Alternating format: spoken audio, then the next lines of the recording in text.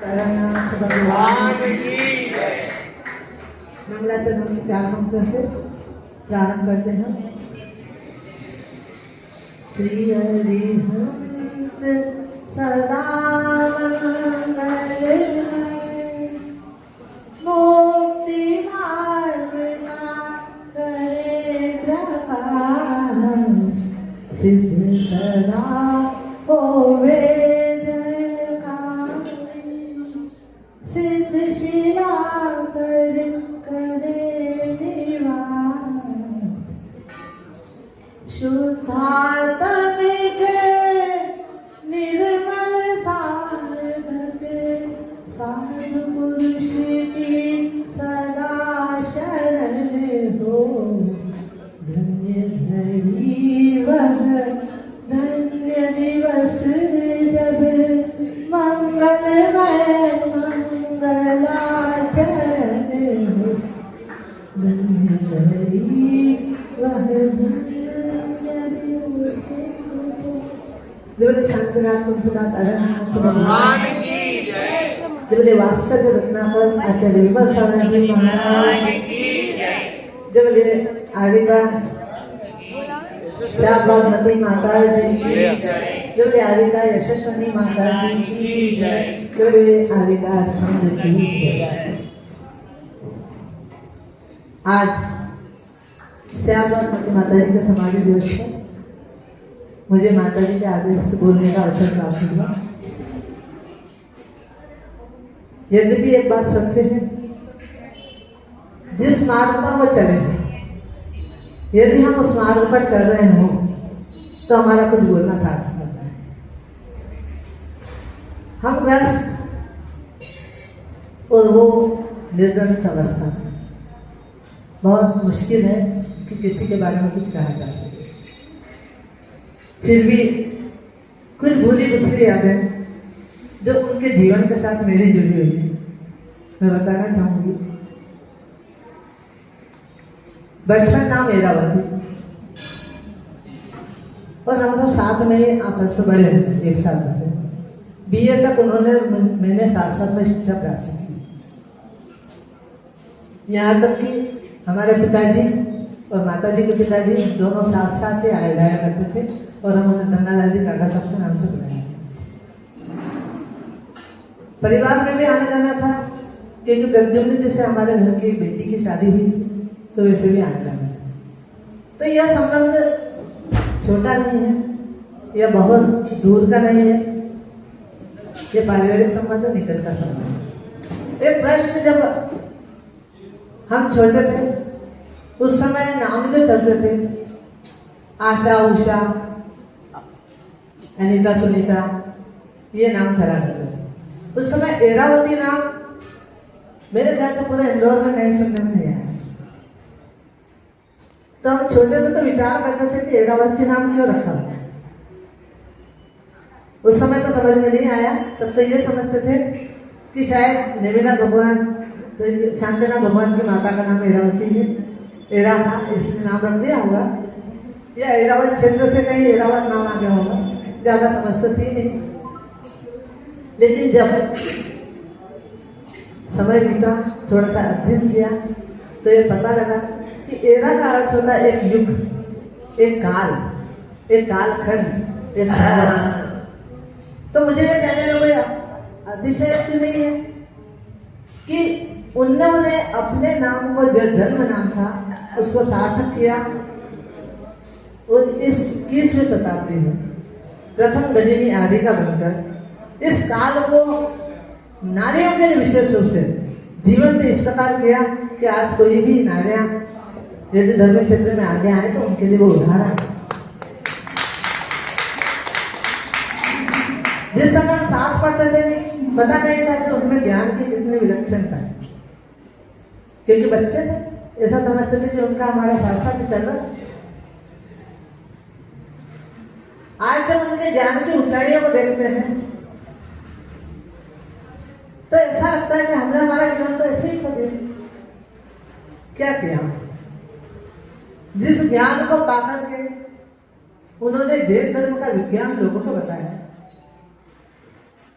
जिस ज्ञान को पा करके उन्होंने अपने समक्ष कितने ही सन्यासियों को खड़ा कर दिया, जिस ज्ञान के आधार पर सबसे बड़ी बात कि उन्होंने जो सप्तम प्रतिमा के व्रत लिए ज्ञान भूषण भी महाराज से, उन्होंने स्वयं ज्ञान का भूषण बनकर उभर के आए।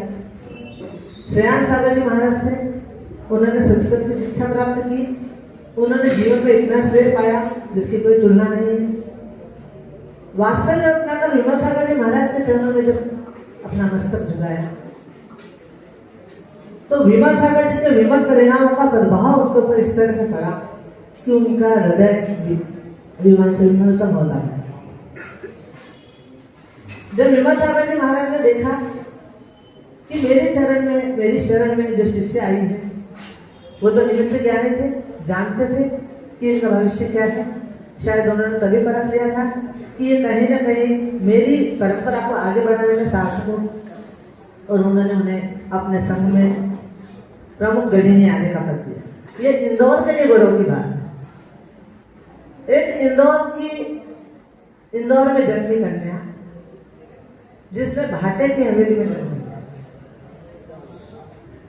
भाटे की कोई कीमत नहीं होती, पर जब वो भाटा एक प्रतिमा का रूप धारण कर लेता है तो पूजनीय हो जाता है।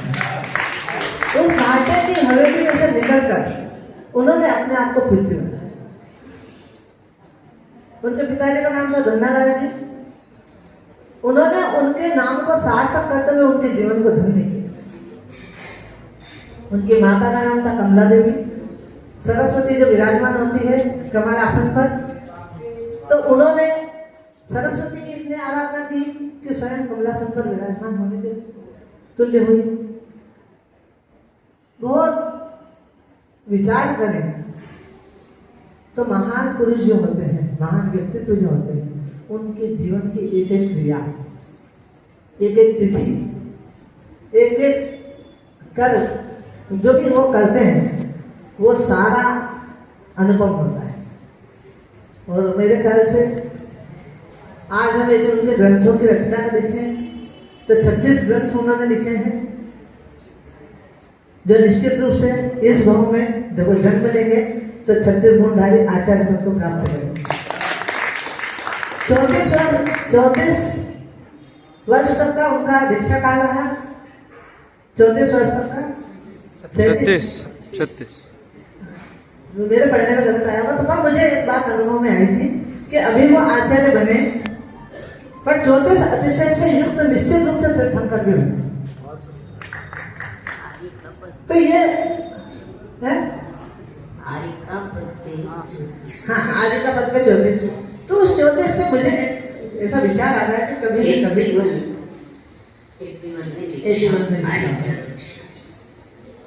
तो ये सारी चीजें बताती है कि हम कभी अपने बच्चों के जो नाम रखते हैं, चन्नू मन्नू चिंकी पिंकी, ये नाम सार्थक नहीं होते। यदि हम आगम के आलोक में नामों को ढूंढे, यदि हम उन शब्दों के अर्थों को जाने, तो निश्चित रूप से उस नामधारी बालक का भविष्य भी बनता है। अधिकतम मैं कुछ नहीं कहूंगी, कुछ पंक्तियां मैंने लिखी माता जी सुनिए।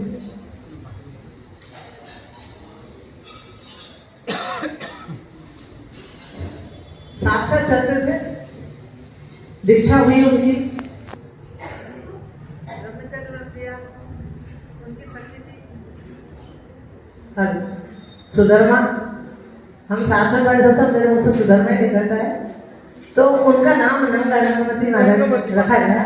नंग आनंद, आनंद इनका नाम माता जी का है, उनका नाम 20 वर्ष मंदिर में निरंतर आवाज गमन उनका रहता था, निरंतर पूजा पाठ, वही आराधना।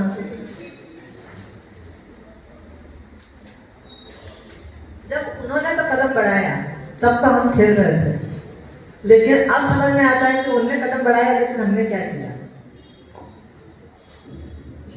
गणनी साधवती माने कैसा कदम बढ़ाया था, गणनी साधवादमती माने कैसा कदम बढ़ाया था, विमल सिंधु में कर अवगा है, पावन खुद को बनाया था, निषाद वाद मति मारी,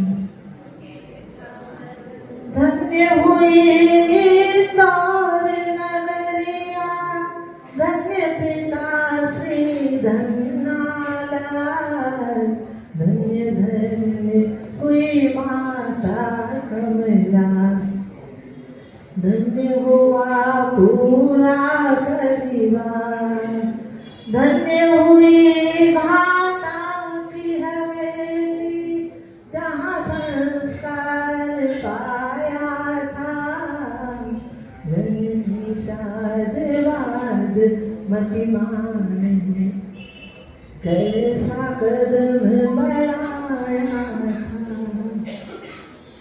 एरावती से बनी अनंगमती, शादवाद मति आर्य का नाम, सोनागिरी में छुल्लिका दीक्षा, श्रवण बेल गोलारी का धाम, ज्ञान का भूषण पहन के निकली, श्रेय जगत में पाया था, धन निषाद वाद मति मानी, कैसा कदम बढ़ाया था, बहन भाई की संख्या 8 थी, बड़े ठाठ से रहती थी, अपनी सखी सुधर्मा के संग धर्म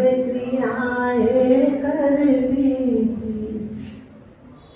प्रवचन प्रखरिका मुनि ने फिर सहस्र नाम को ध्याया था, विमल सिंधु में कर अवधान, पावन खुद को बनाया था, कलम चली फिर रुकी नहीं वह, किया स्वयं साहित्य सृजन,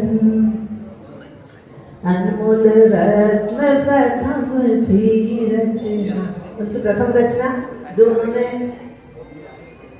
कुंवारी अवस्था में इंदौर में अनमोल रत्न थी, अनमोल रत्न प्रथम थी रचना, 36 ग्रंथों का लेखन, क्या धीरे मैंने वो पढ़ा, सीतोलिया की शौकीन माने, 7 तत्व को जाना था, विमल से दुमे कर अवगाहन, पावन खुद को बनाया था,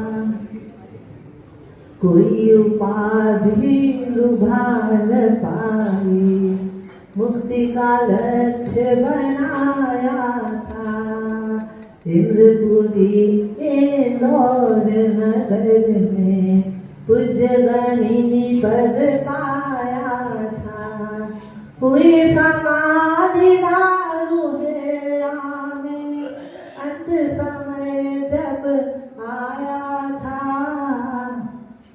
विमल सिंधु में कर अवगाहन, पावन खुद को बनाया था,